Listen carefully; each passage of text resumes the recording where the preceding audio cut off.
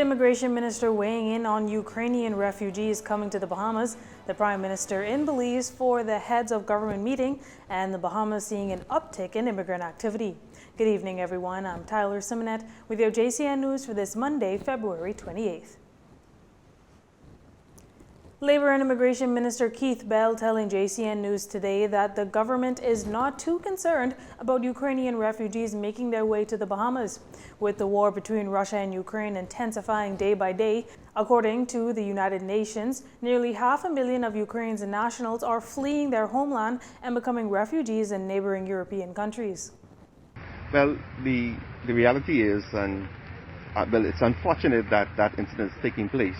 The fortunate part is we are a significant distance away.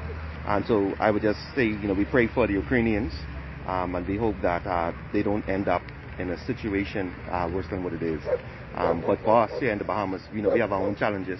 And so, as Mr. Benavie indicated, we're working very, very quickly to ensure swift repatriation exercise, and we're going to continue to do it to make sure we send a very clear message that we will not tolerate irregular migration.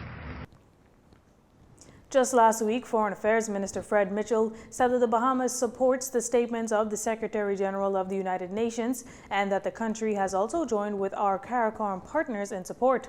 Night has fallen across Ukraine after the fifth day of Russia's invasion.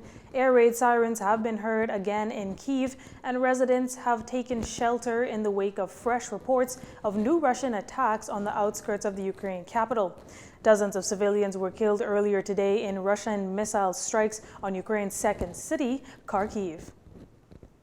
Prime Minister Philip Davis and a team of delegates are in Belize attending the 33rd Intersessional Heads of Government meeting of the Caribbean Community, or CARICOM. The delegation includes Minister of Foreign Affairs Fred Mitchell, Minister of Grand Bahama Ginger Moxie, the country's CARICOM Ambassador Leslie Miller-Bryce, among other senior government officials. Prime Minister Davis gives an insight as to what's on the agenda for this meeting. Well, on the agenda is an agriculture policy for the whole Caribbean that deals specifically with the poultry industry, something that we need to re-engage in the Bahamas, because at one time we were almost self-sufficient in poultry, in the poultry industry. We have also talked about the tourism policy for the Caribbean, particularly post-pandemic. That is on the agenda, and as you may or may not know, the Bahamas is the chair of the tourism sector for the whole Caribbean, so I'll be very active in those discussions. The Prime Minister says he also intends to bring the issue of climate change to the forefront, particularly the reduction of carbon credits. Now, this will be the first CARICOM meeting for Prime Minister Davis, and he tells us what he wants the other countries to know about his administration. I will introduce to them some of the initiatives that I have planned for our country. Most of them know the Bahamas already. I'll be giving my icebreaker, as it were, to them to introduce me to them so that they get to know me better. A number of them have already reached out to me. We've had conversations one-on-one, and it'll be great to see them face-to-face to be able to explore how we strengthen our personal relationship for the good of the region. PM Davis also has these words for the Bahamian people who may be wondering if government officials attending these kinds of meetings are of any benefit to the country. You must recognize that just as they say no man is an island, no country is an island, particularly in this day and age, in what I call the information age, technological age, where most of the hosts of these technological advances do not reside in the Caribbean. So we are very vulnerable as a region, and therefore more together the stronger we are. So that is the key to us as a unit, to bring to bear our collective energies, our ideas, thoughts, and there's a lot of commonality between the islands and the jurisdictions, and we need to understand that together we are stronger. According to the Office of the Prime Minister, it's also believed that the situation in Ukraine and Russia will be a topic of discussion by the heads of Caribbean leaders. The delegation is expected to return to the Bahamas on Friday, March 4th. At the start of the year, when immigration officials usually see an uptick in illegal migrants, the Deputy Director of Immigration, Dwight Benaby, says that trend is still the same. He told reporters this much today during a sideline interview at the Immigration's K-9 unit graduation. I mean, we've had landings. Well, we all know the landings in January, and actually, I just was speaking with Commander Brown from the Defense Force, and they just said that, well, they apprehended 150 somewhere in the southern Bahamas, but that's to be confirmed. There are currently some 50 illegal immigrants in custody, according to the Deputy Director. He also provided reporters with some unofficial numbers of immigrants that were recently apprehended. But, well, we haven't seen any tremendous drop-off in the arrivals of nationals. What we're trying to do in any event, once we get them, see how quickly we can turn around their repatriation, because, I mean, as you know, that it's not really a cheap or an inexpensive venture to house and feed these individuals, and given the current pandemic, you know, we're being mindful of the health of our officers and indeed the health of the detainees. So that guides what we do now with those persons. There are a number of nationalities in custody, including Haitian nationals, Jamaican nationals, and Chinese nationals. A large spread of contraband items featuring at least 1 pound of marijuana, 174 cell phones, chargers, and a number of shanks laid on display this afternoon at the Bahamas Department of Corrections. These are items found between September 20th, 2021 and yesterday, all thanks to the Department's Security Detection Unit.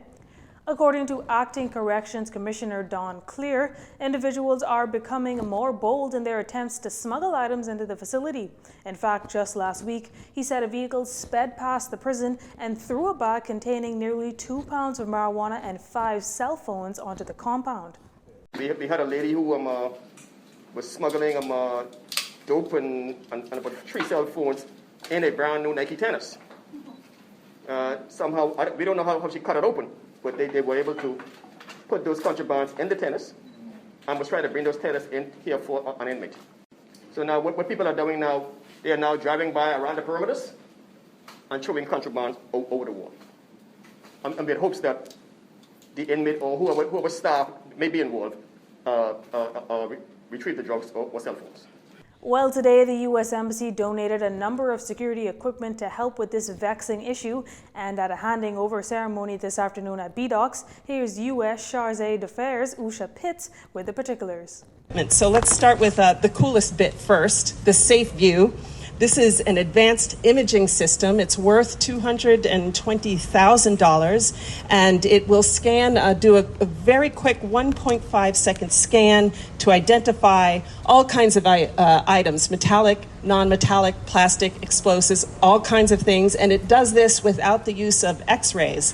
It's a non-X-ray scan, and I don't know how it does that, so I'm actually going to stop because technologically I don't understand this stuff, but I do understand that if it can identify all these things, liquids, gels, plastics, that is a very advanced imaging technology.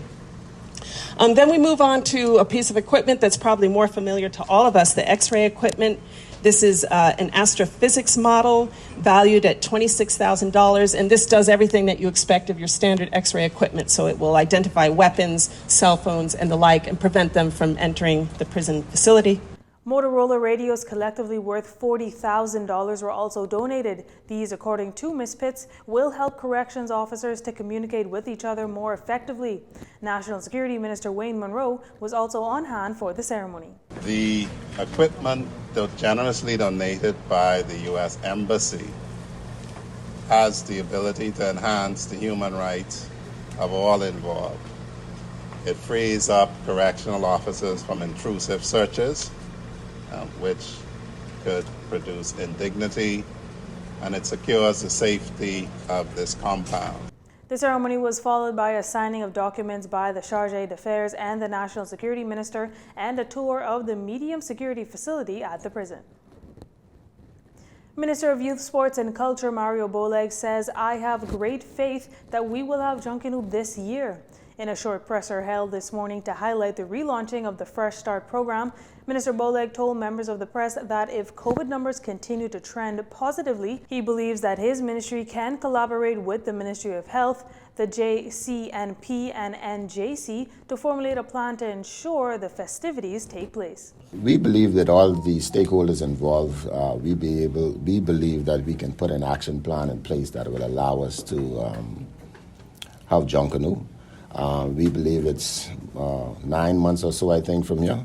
And I believe that based on the trend, with the control of the pandemic right now, that if it continues in the trend it is, and even improve, I believe we could put an action plan in place that would allow us to have a gathering, whether it be with only vaccinated persons or whatever. But I encourage people to go there and get vaccinated. But whatever the plan may be, I think all stakeholders, which include the JCNP and the NJC and this ministry, along with the Ministry of Health, we believe we have sufficient time to put in a plan in place that will allow us to have it once the pandemic continues to go and the trend is going down. Minister Boleg notes that he is already in talks with the Ministry of Health and the other presiding entities to ensure a favorable outcome for all involved. He adds that formal announcements of these plans can be made public in the coming months. Well, I'm thinking in another month or so, I'm waiting on JCNP and NJC to bring me their proposal. They're working on that right now, and once we receive that proposal along with the Ministry of Health, this ministry and the Ministry of Health will review it with other stakeholders and then make a decision.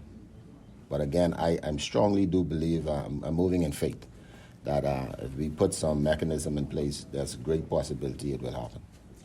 And I guess, if it doesn't happen, will there be another virtual Junkanoo, and will that be managed better this time?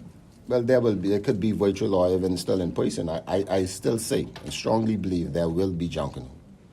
So which one it will be, we will determine that. All stakeholders will determine that. So I can't say right now whether it will be virtual, whether it be in person or some other form, but I know there will be Junkanoo.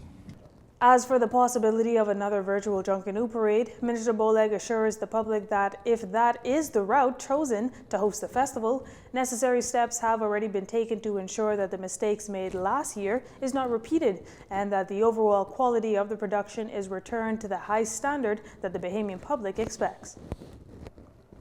You're watching JCN News. Stay with us.